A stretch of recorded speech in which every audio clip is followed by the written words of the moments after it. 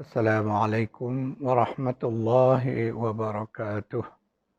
A'udzu billahi minasy syaithanir rajim. Bismillahirrahmanirrahim.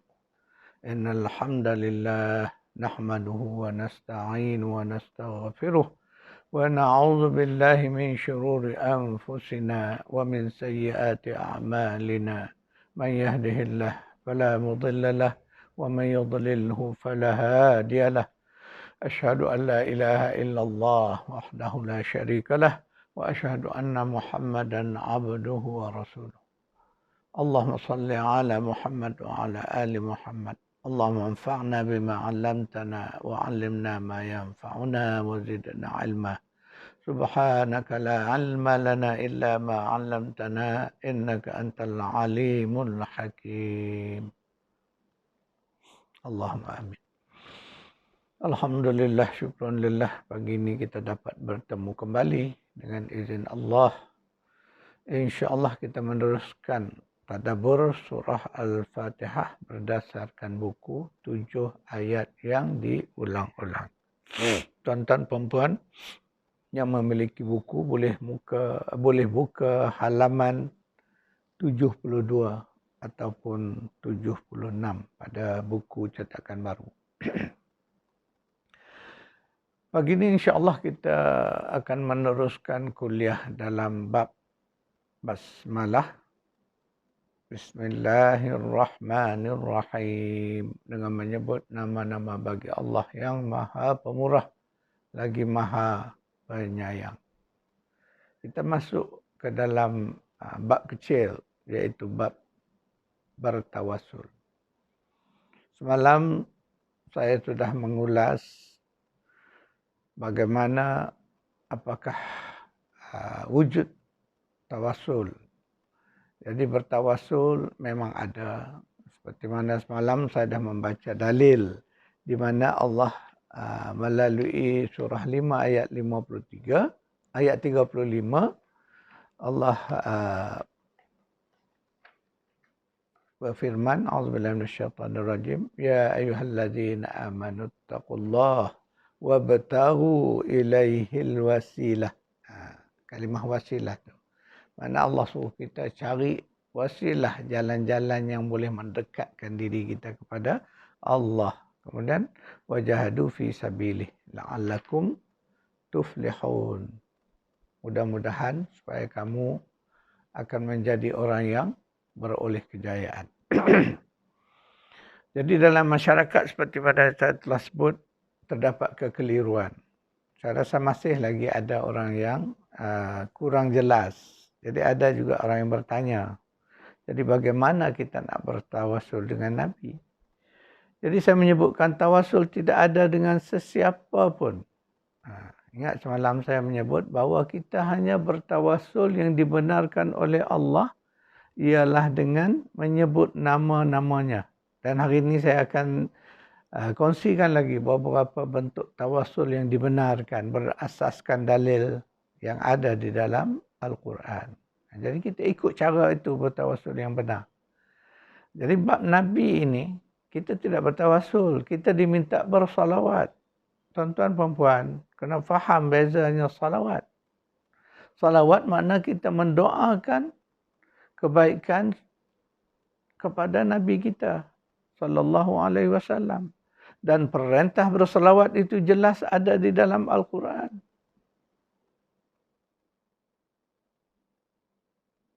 A'udzubillahi minasyaitonir rajim. Innallaha wa malaikatahu yusalluna 'alan nabi. Ya ayyuhalladzina amanu sallu 'alaihi wa sallimu taslima. Itu dalil bahawa Allah memerintah kita berselawat ke atas Nabi. Jadi salawat itu kena faham apa makna salawat. Bertawassul berbeza, jauh bezanya tuan-tuan perempuan, jangan keliru. Di dalam berdoa, ya kita diminta berselawat kepada Nabi. Mendahului doa kita untuk mendapat keberkatan doa, kita digalak berselawat ke atas Nabi. Tidak ada kalimah bertawassul. Itu kena faham baik-baik, tawassul ini beza. Jadi hari ini insya-Allah saya akan menjelaskan lagi konsep tawassul yang benar seperti mana yang diajarkan oleh Al-Quran. Mari kita lihat tuan-tuan perempuan, bagi yang ada buku boleh lihat di halaman 72, yang tak ada bukalah terjemahan Al-Quran atau aplikasi Al-Quran di dalam telefon pintar tuan-tuan perempuan. Mari kita lihat surah Ali Imran, surah 3, ayat 193.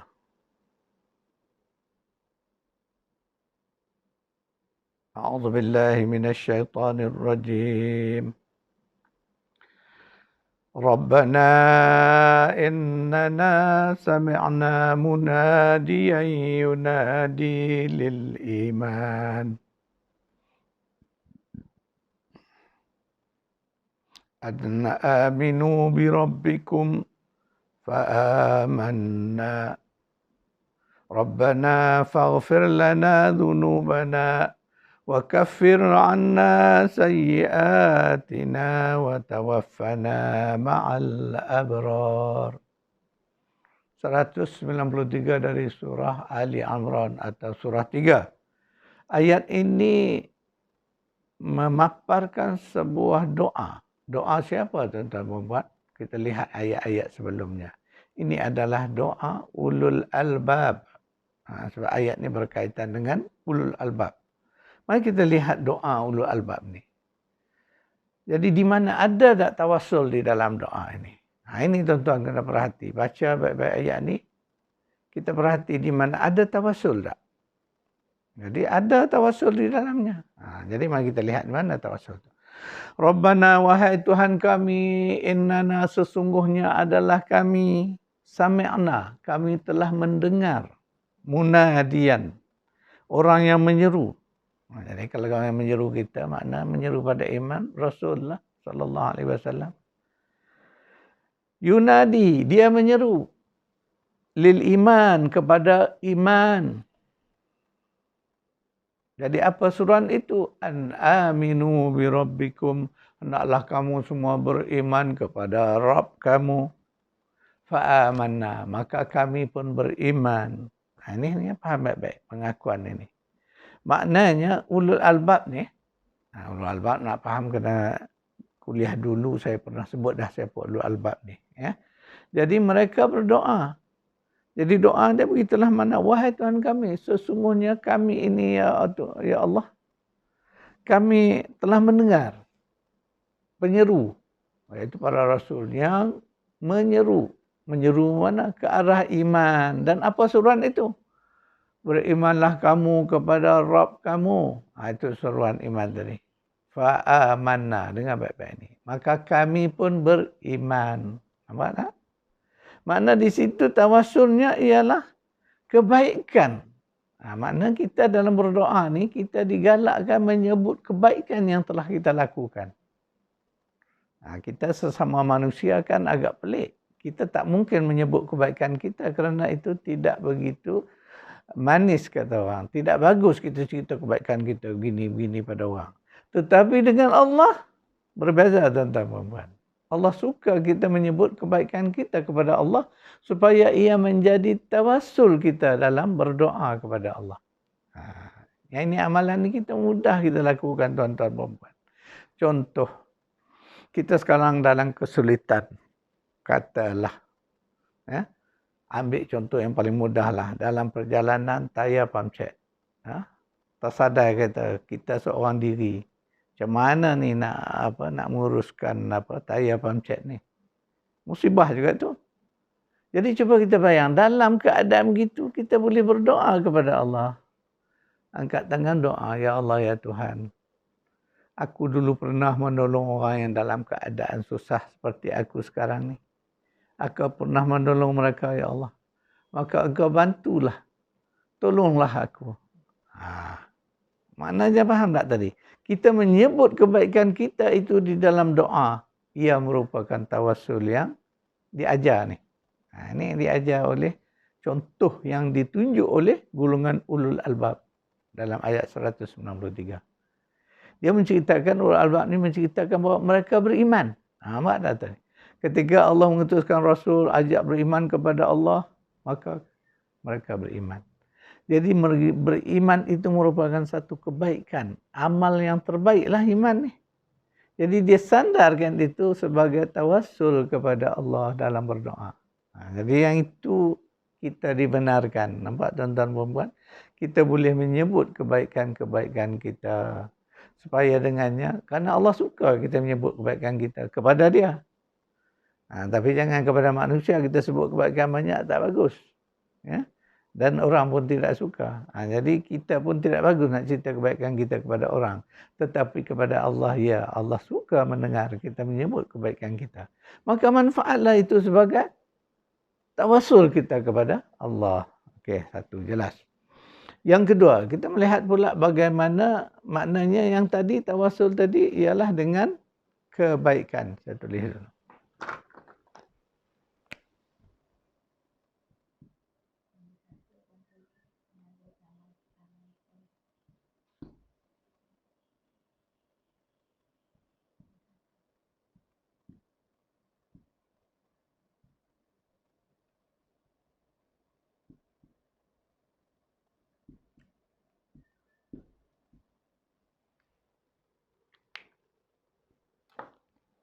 Okay. Jadi itu kebaikan, amal soleh kita. Maknanya kita boleh menggunakan amalan soleh kita sebagai tawassul kita kepada Allah di saat kita berdoa. Ya, macam contoh yang saya sebutkan tadi, semudah gitu. Sebab kita dalam hidup, kita dalam kesusahan, kita ingat balik, mesti ada waktunya dulu, kalau kita orang yang soleh lah, kita mesti ada pernah menolong orang dalam kesusahan. Maka kita sandarkan itu untuk berdoa pada Allah, minta dengan barakahnya, dengan tawassul kepada kebaikan-kebaikan kita itu, kita mohon Allah bantu kita. Itu tawassul yang betul. Ikut yang itu, tuan-tuan perempuan. Yang keduanya ialah dengan mentauhidkan Allah. Nampak tadi? Tawassul dia mesti dengan link dengan Allah. Jadi bertawassul kepada apa dipanggil tadi? Tauhid tadi bagaimana? Yang ini mari kita lihat dalam surah 21. Surah 21, surah Al-Anbiya.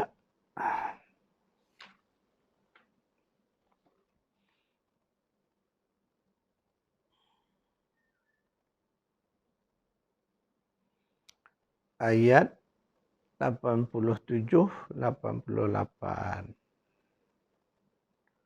Mari kita baca ya. A'udzu billahi minasy syaithanir rajim.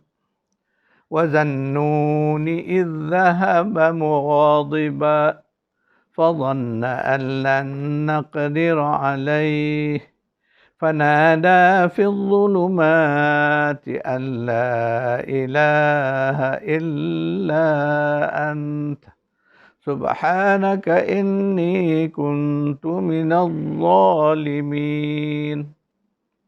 Dan ingatlah peristiwa Zunnun. Zunnun ingat tentang perempuan siapa? Nabi Yunus alaihi salam. Ingatlah Zunnun ketika ia pergi meninggalkan kaumnya dalam keadaan marah. Yang menyebabkan ia menyangka bahawa kami tidak akan mengenakannya kesusahan atau cubaan. Setelah berlaku kepadanya apa yang berlaku, maka ia pun menyeru dalam keadaan gelap gulita dengan berkata, lafaz dia, La ilaha illa anta subhanaka inni kuntu minaz zalimin. Ini doa Nabi Yunus ni selalu kita baca. Ya. Terutama dalam keadaan kita memohon ampun, kita terbuat salah. Kita nak Allah mengampunkan kita dengan tasbih dan mentauhidkan Allah. La ilaha illa anta subhanaka. Tiada ada ilah melainkan engkau. Maha suci engkau. Sesungguhnya aku ini ya Allah, aku telah melakukan kezaliman. Aku ni dari kalangan orang-orang yang zalim. Ampunkanlah aku. Lihat itu.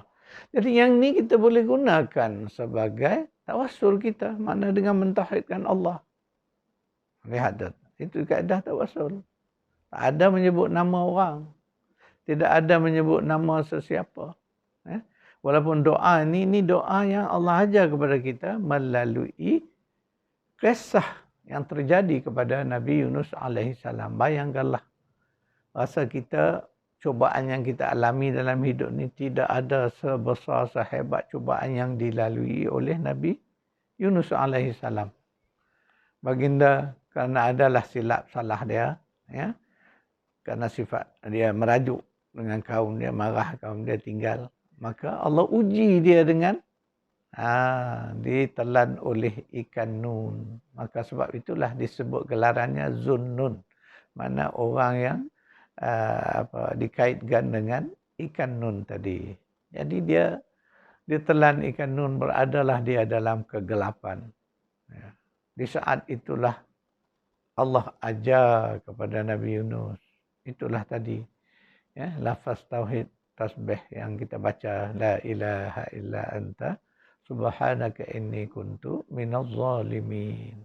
Jadi manfaatkan doa ini sebagai wasilah kita, tawassul kita kepada Allah dalam kita berdoa.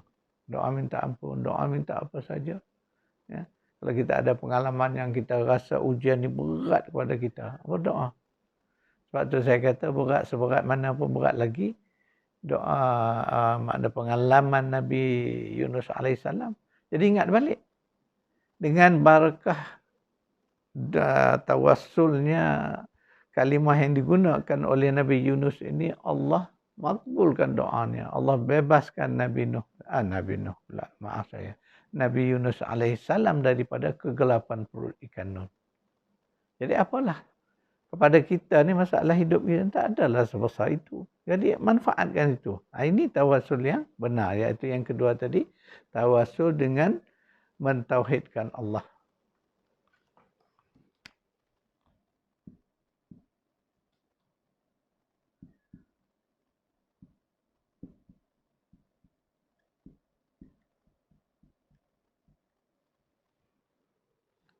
Okey, seterusnya kita pergi kepada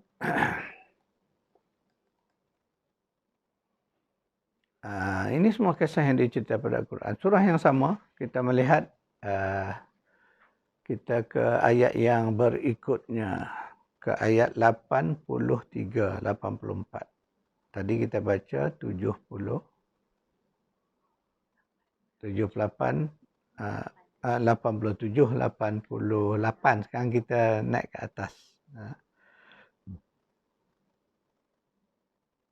Kita naik ke atasnya.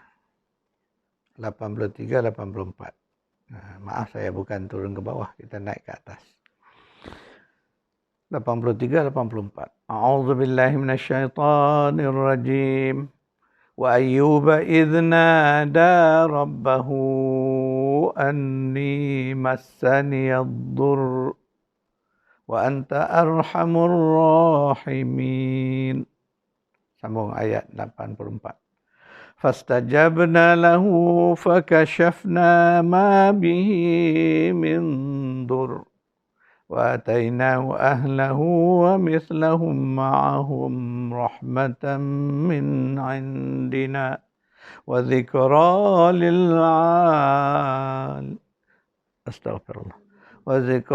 للعابدين. Jadi ayat 83, wa ayyuba iznada rabbahu. Ingatlah, sebutlah cerita kisah Nabi Ayub ketika baginda berdoa sambil merayu kepada Rabbnya. Jadi apa rayuannya? Anni, sesungguhnya aku ini ya Allah ditimpa penyakit. Massani dhurr wa anta arhamur rahimin. Sedangkan engkaulah saja ya Allah yang lebih mengasihani daripada segala yang mengasihani. Bayangkan. Semua kita ingat baliklah, kena tahulah sejarah latar kisah ini. Nabi Ayub alaihissalam seorang yang Allah uji dengan penyakit.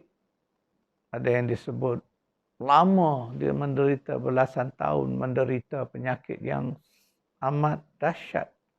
Sehingga macam-macam akibatnya, ya. Disebutkan bagaimana penderitaan penyakit Nabi Ayub alaihissalam. Tapi Nabi Ayub ni bersabar. Tetap redha dengan apa ujian yang Allah bagi. Sehinggalah akhirnya dia berdoa. Karena habis dah, hilang semua dah. Daripada kekayaan dia habis. Keluarga dia pun dah tinggal isteri saja yang jaga dia. Jadi bayangkanlah keadaan, kesulitan yang dialami oleh Nabi Ayub AS. Akhirnya dia berdoa minta pada Allah. Itulah doanya. Dia minta, ya Allah, aku ni ditimpa musibah. Mudah saja doa dia. Mana ditimpa musibah, sedangkan engkau lah, ya, musibah penyakit ini, sedangkan engkau lah Arhamur Rahimin. Maknanya pemberi rahmat yang terbaik. Begitu. Sebaik-baik orang yang memberi rahmat, kasih sayang. Maknanya gitu. Jadi di sini mari kita lihat apa dia, di mana yang kita kata tawassul itu.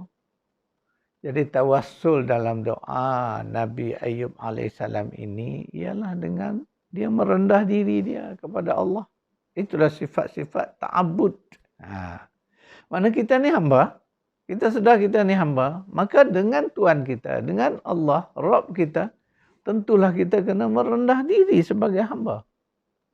Sebab itu di dalam ayat 84 tu disebut, ya, wa zikra lil abidin, orang-orang yang taat, maknanya sebagai seorang hamba, maknanya Allah hendak menjadi satu peringatan bagi orang-orang yang nak memperhambakan diri, nak jadi abid. Karena sifat Nabi Ayub ini sikap abid yang sebenar, dia merendah diri pada Allah, merayu, ya Allah. Jadi rayuan, merendahkan diri, itulah yang dijadikan tawassul untuk kita mendapat makbul doa-doa kita. Faham tuan-tuan puan-puan? Jadi manfaat itu. Mana dalam berdoa ni kita bertawassul dengan kaedah merendahkan diri kita. Ini bersandar kepada contoh yang Al-Quran bagi melalui kisah Nabi Ayub AS. Itulah tawassul yang benar. Nombor 3, merendahkan diri.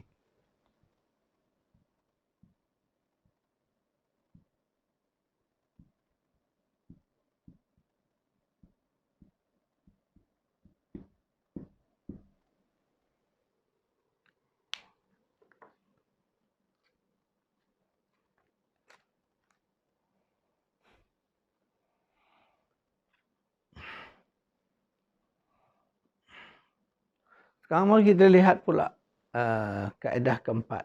Tawassul yang kaedah keempat, kita lihat surah 28.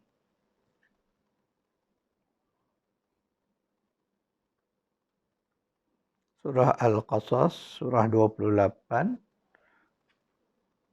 ayat 15 dan 16. أعوذ بالله من الشيطان الرجيم ودخل المدينة على حين غفلة من أهلها فوجد فيها رجلين يقتتلان هذا من شيعته وهذا من عدوه فاستغاثه الذي من شيعته على الذي من عدوه فوكزه موسى فقضى عليه قال هذا من عمل الشيطان إنه عدو مضل مبين. Sambung ayat 16. قال رب إني ظلمت نفسي فاغفر لي فغفر له إنه هو الغفور الرحيم. Kita bagi terjemahan ayat 15. وَدَخَلَ الْمَدِينَةَ عَلَى حِينٍ غَفْلَةٍ مِنْ أَهْلِهَا. Maka masuklah ia, iaitu Nabi Musa, ke bandar Mesir dalam masa penduduknya tidak menyadarinya. Lalu didapatinya di situ dua orang lelaki sedang berkelahi, bergaduh. Fawajada fiha rajulaini yaqtatilan. Dua lelaki sedang bergaduh. Haza min syi'atih.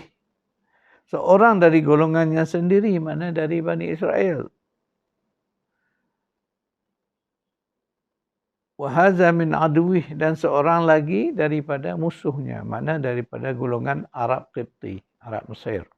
Jadi lihat tu cerita dia, dua orang bergaduh, seorang daripada Bani Israel, seorang daripada Arab Qibti. Fastaghathahu alladhi min syi'atihi 'ala alladhi min aduwih. Maka orang yang dari golongannya, dari Bani Israel, meminta tolong kepadanya untuk melawan orang dari pihak musuh tadi. Fawakazahu Musa, maka Nabi Musa pun memukul, menumbuknya, lalu menyebabkan orang itu mati, takdirnya. Qala, maka berkatalah, mana Musa sendiri berkata, hadza min amali syaitan. Setelah dia sedar, dia kata, ini kerja syaitan. Innahu aduwwun mudhillun mubin. Sesungguhnya syaitan itu musuh yang menyesatkan dan nyata angkarannya. Jadi kisah ni biasa kita dengar dan kita faham bahawa Nabi Musa sebelum kenabiannya, ya, waktu dia mungkin remaja belia lah di Mesir. Jadi ketika peristiwa ini terjadi, dia bertemu, dia ke bandar, dia bertemu dengan dua orang sedang bergaduh. Seorang tu orang Bani Israel, orang kaum dia lah maknanya. Seorang lagi tu orang Arab Qibti. Jadi kaum dia ni minta tolong kepada Nabi Musa supaya bantu dia. Jadi ceritanya Nabi Musa hanya menumbuk orang itu, tapi takdirnya mati. Tidaklah makna Nabi Musa berniat nak membunuh, tetapi ini takdir Allah. Dengan penumbuk Nabi Musa itu, orang Arab Qibti ini mati.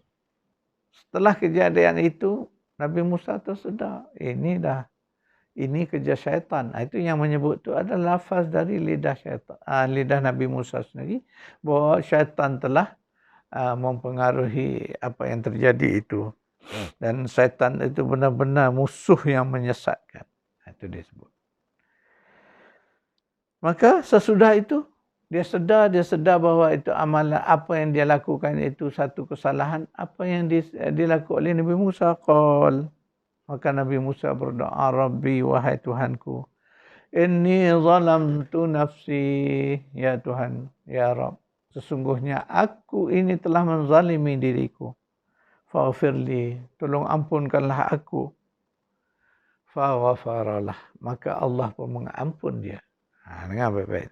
Innahu huwal ghafurur rahim, karena sesungguhnya Allah itu dialah Maha Pengampun lagi Maha Mengasihani. Jadi di mana tawasul di situ?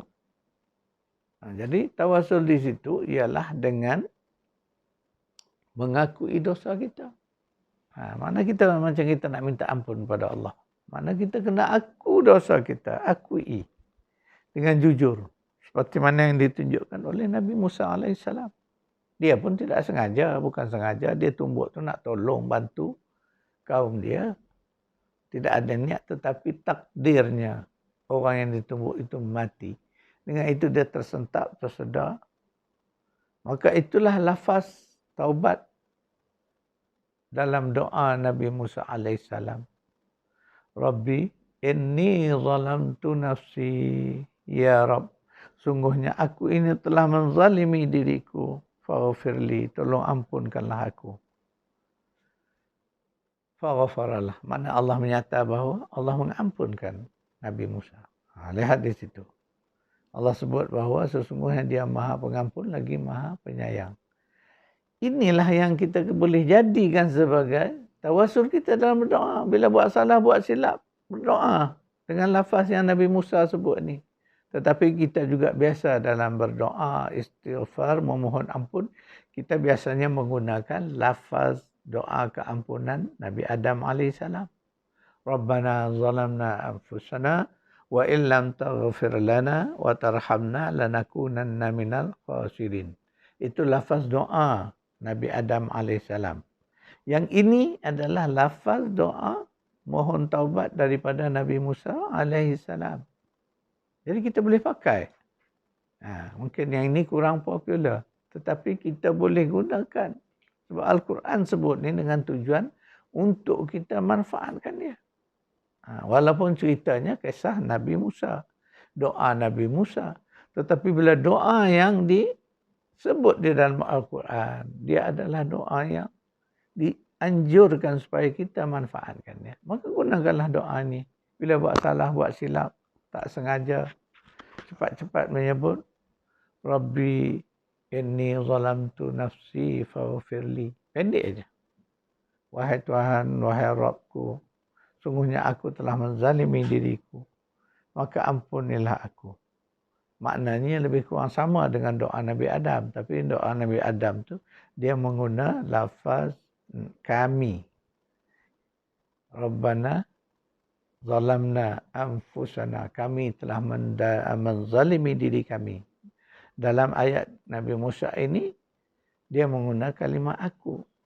Rabbi inni, sesungguhnya aku. Zalamtu, aku telah menzalimi. Itu saja bezanya tuan-tuan dan puan. Boleh pakai yang mana satu. Jadi nak dicerita dalam konteks tawassul, maknanya Nabi Musa mengakui dosa-dosanya. Itulah Allah suka kita ni mengaku pada Allah, ya Allah, aku dah banyak buat dosa dengan engkau. Ampunilah aku.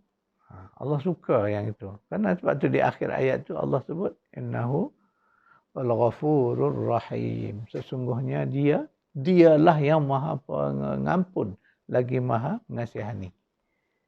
Jadi manfaatkan itu. Itulah ada 4 cara tawassul tadi ya. Yang keempat ialah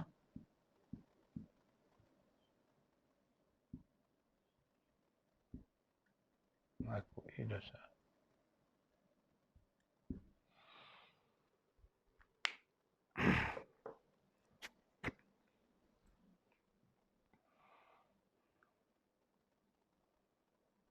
Tuan-tuan perempuan, saya dah buat catatan di papan putih. Itu 4 kaedah tawassul yang kita dapat daripada Al-Quran. Beramallah dengan dia. Itu tawassul yang benar. Jangan dipilih yang lain-lain tu tak. Seperti yang berlaku yang saya sebutkan semalam. Bertawassul ke atas orang ini, orang soleh, orang alim apa semua. Tidak ada. Kita takut sebab amalan-amalan itu menyamai amalan orang-orang musyrik. Sedangkan kita orang beriman mesti bersih akidah dari segala sesuatu melainkan kepada Allah. Ingat doa ini adalah sesuatu yang berkait hubungan kita dengan Allah Subhanahu wa taala. Allah bagi kita laluan terus. Tidak ada perantara, tidak ada melalui sesiapa, tidak ada. Itulah hebatnya kita Islam ini. Allah bagi kesempatan kita terus dengan dia, berdoa minta kat dia. Allah sangat suka kita minta kepada dia. Dan Allah sangat murka kalau kita tak mau minta pada dia, sebaliknya minta pada benda lain. Itu sebab Allah murka kepada orang musyrik. Karena mereka pergi minta kepada makhluk. Tak kira lah makhluk yang hidup ke, makhluk yang mati ke. Tapi kena faham juga dalam hidup kita ni, ada waktu kita pergi minta juga pertolongan kepada orang-orang yang hidup. Itu cerita kebiasaan kita. Contohlah nak pinjam wang. Tentulah kita kena berusaha minta kepada orang. Itu isu lain ya. Ini dalam hal-hal mohon pertolongan yang berkait dengan kekuasaan. Nampak tak? Jadi dalam kekuasaan ni kita dah yakin bahawa tidak ada yang lebih berkuasa melainkan Allah. Dan kita pun yakin dengan apa yang disebut oleh Allah bahawa dia maha mendengar, maha melihat, maha mengetahui. Angkat tangan doa kepada dia. Allah dengar. Dan Allah akan memakbulkan doa-doa hambanya. Cuma kita kena doa cara yang betul. Tadi contoh 4 tadi, itulah tawassul yang terbaik. Saya ulang balik.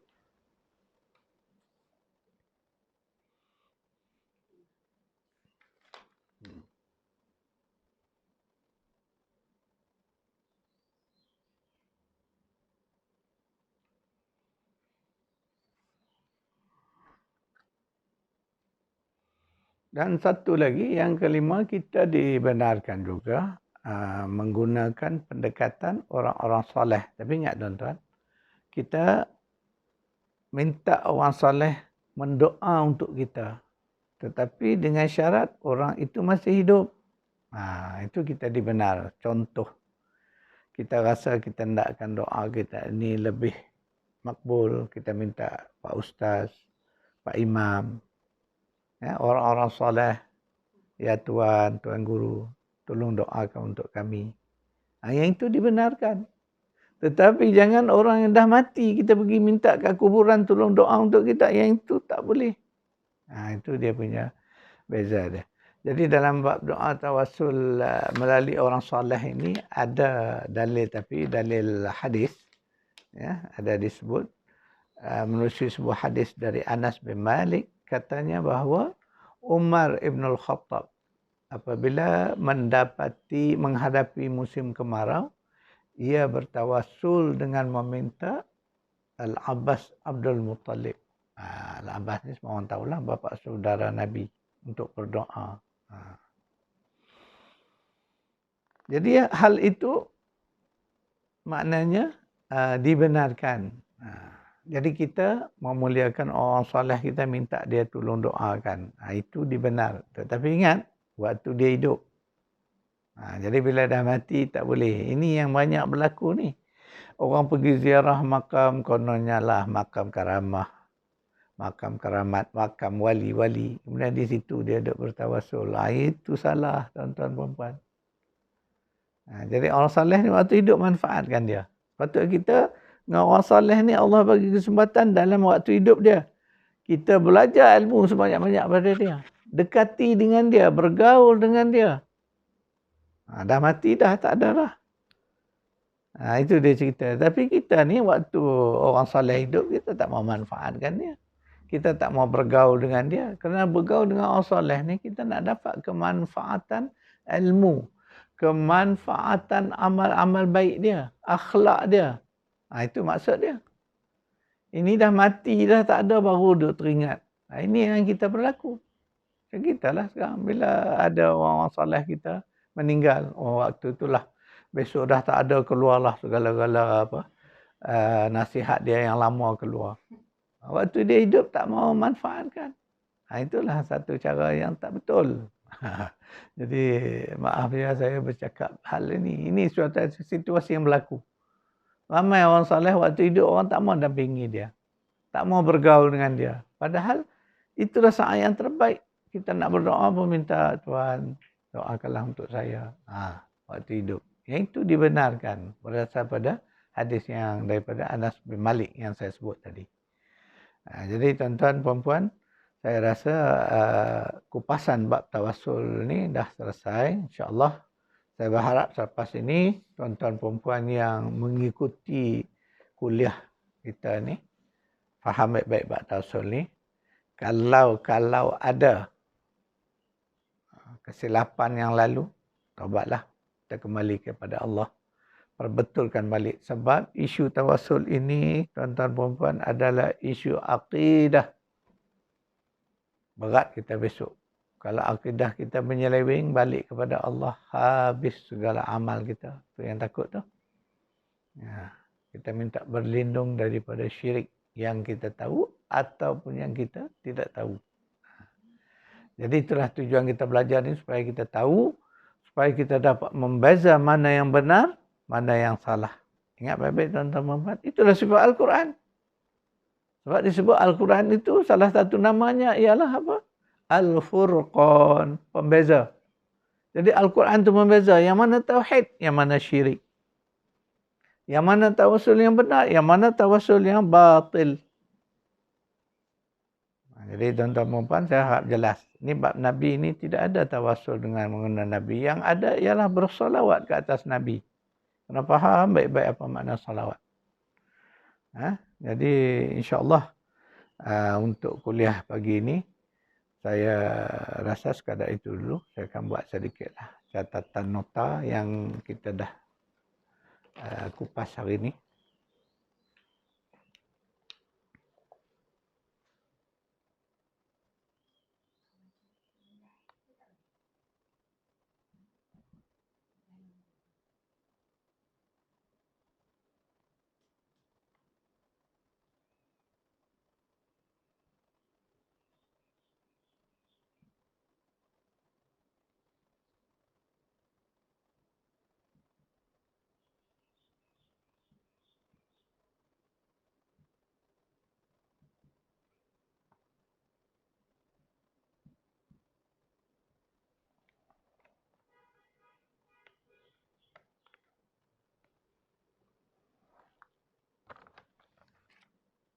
Itulah nota kita hari ini.